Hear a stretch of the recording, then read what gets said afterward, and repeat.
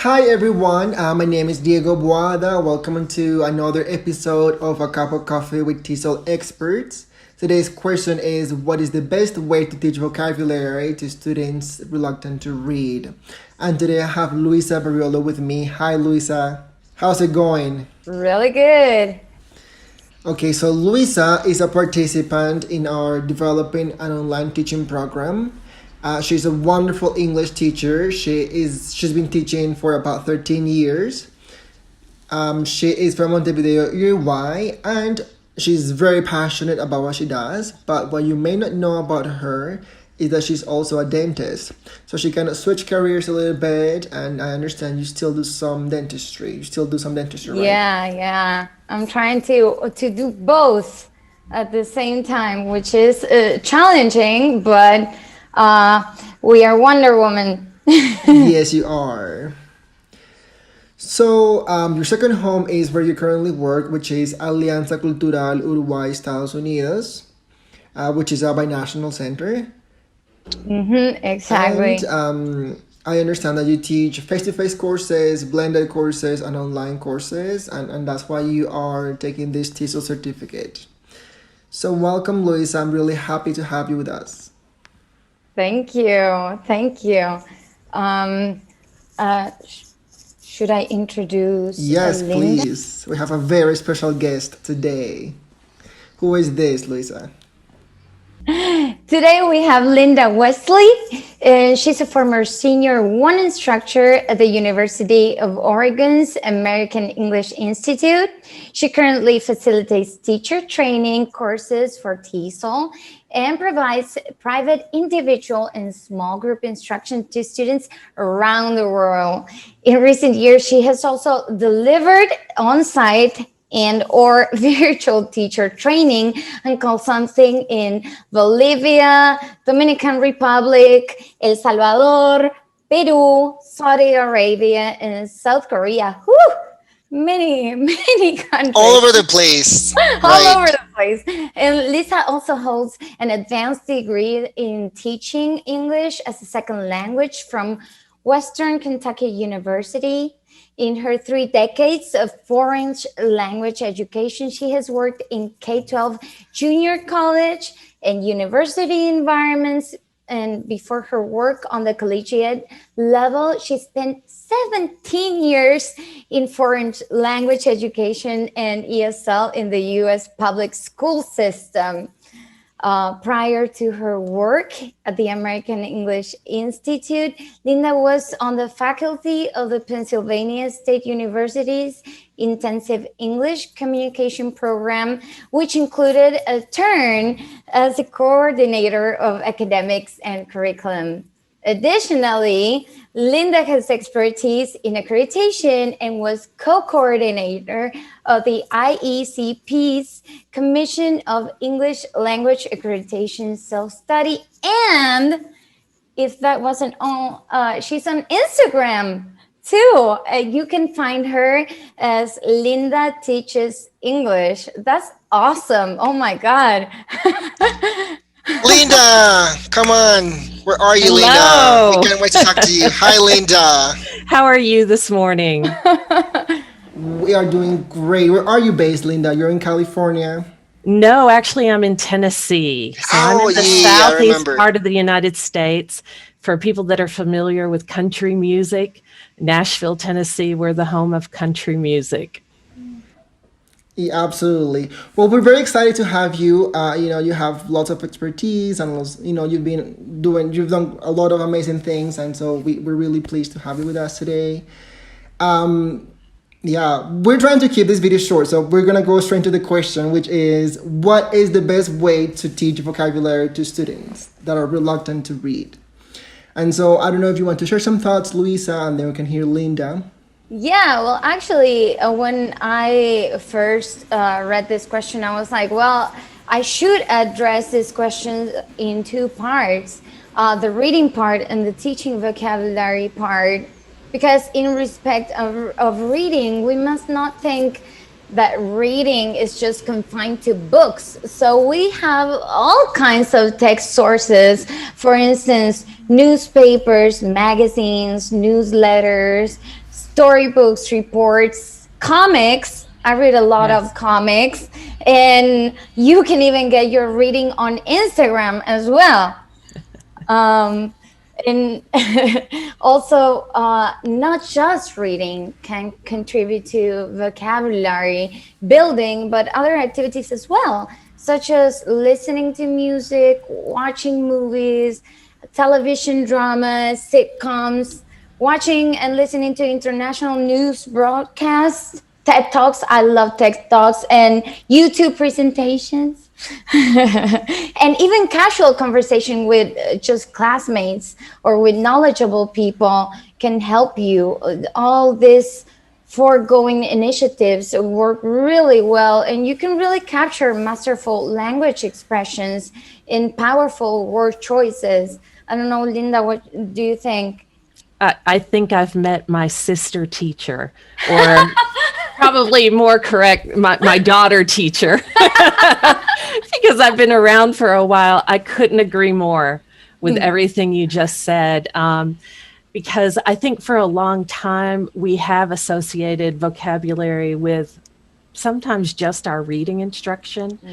And I know I made that mistake for so many years. As a former Spanish teacher a long time ago, I would assign the vocabulary at the beginning of the week, and I always thought, well, that's something that they do on their own, because that's the way I learned. You know that you study that on your own. But one of the biggest changes in my teaching was when I realized that no, as the teacher, I need to be creating opportunities for mindful repetition of that vocabulary, because our students need so many opportunities to be exposed to vocabulary and then to retrieve that information in their minds. There's a book that I really enjoy sharing with teachers called Make It Stick: The Science of Successful Learning.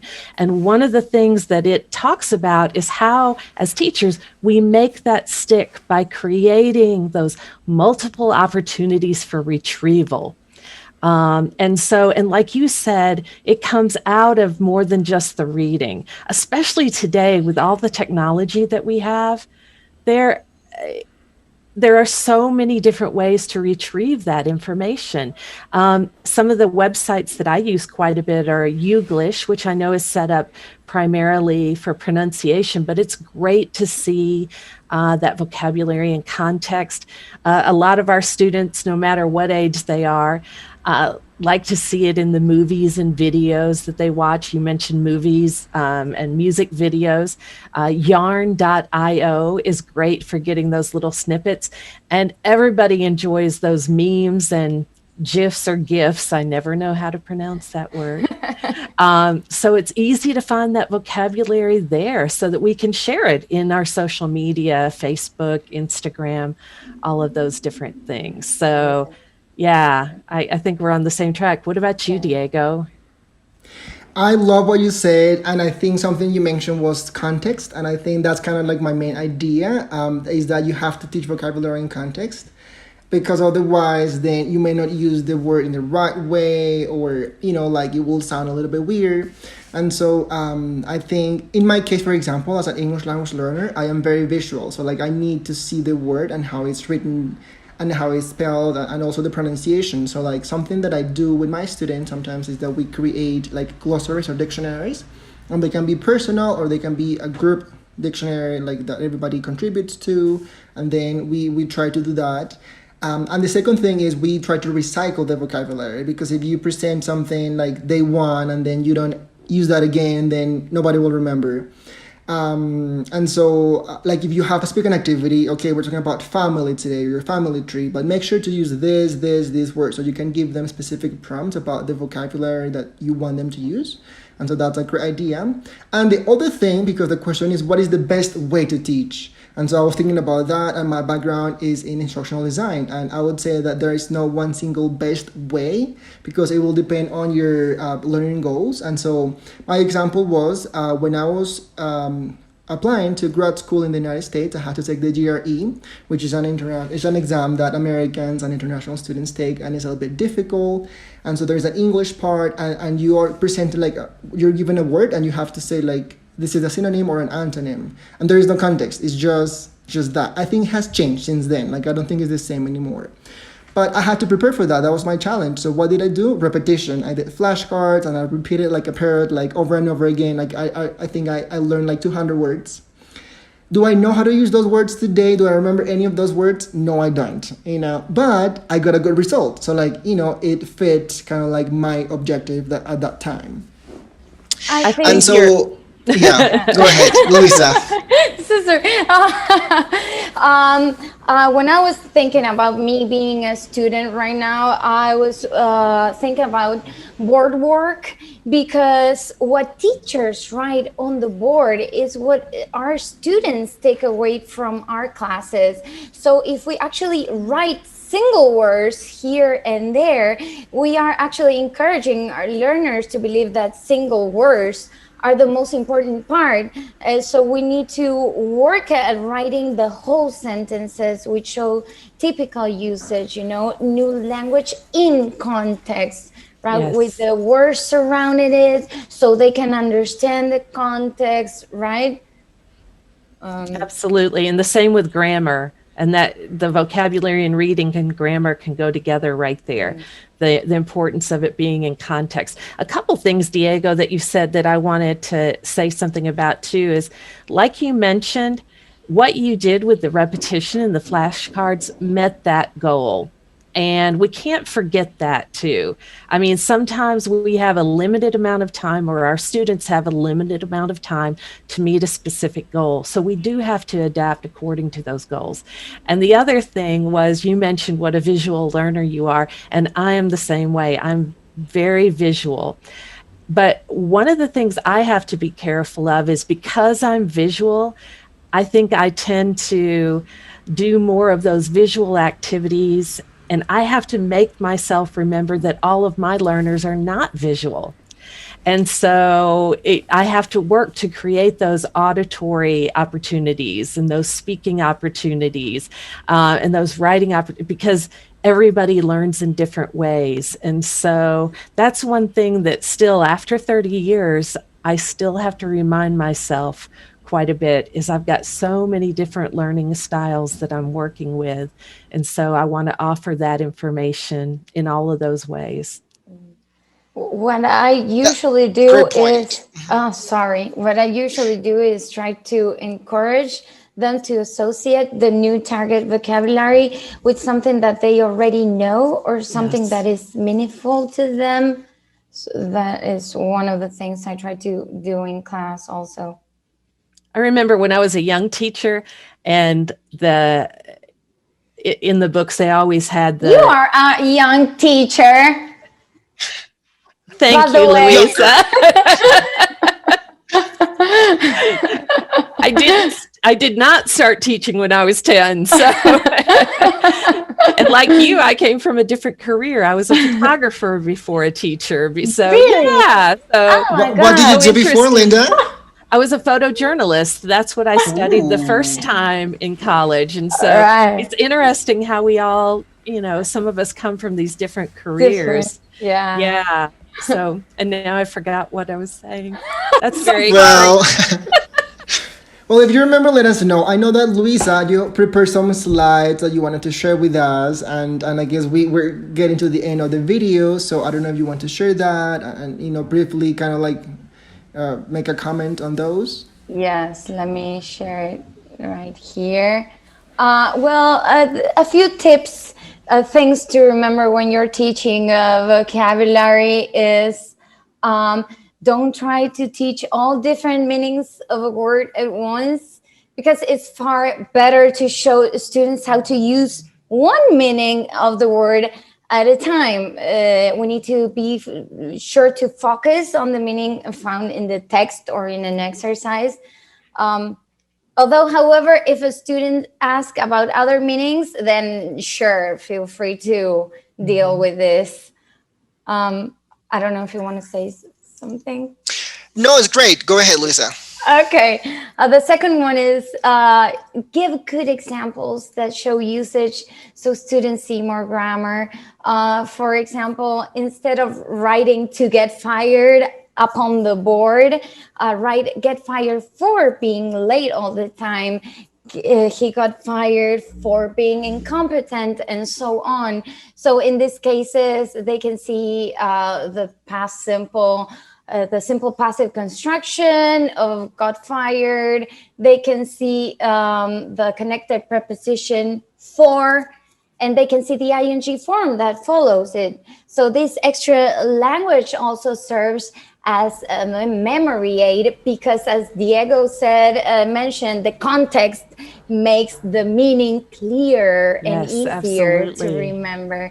So we are teaching not just the word, but teaching lexically. So, and I believe that's what's really about, right? Then in number 3, don't try to explain why we use certain words in certain ways. For instance, why we got sacked for and not why not got sacked after. So we just need to tell students that's just the way things are. They might not like it though. And last one, ask for contextual opposites. So ask for opposite, but always make sure that they are contextuals. For instance, the opposite of dry wine is not wet wine. And the opposite of I really regret telling her is I'm really glad I told her. Because opposites won't always have the same grammatical patterns, and sometimes they won't even exist at all. So those are my main tips. Those are great.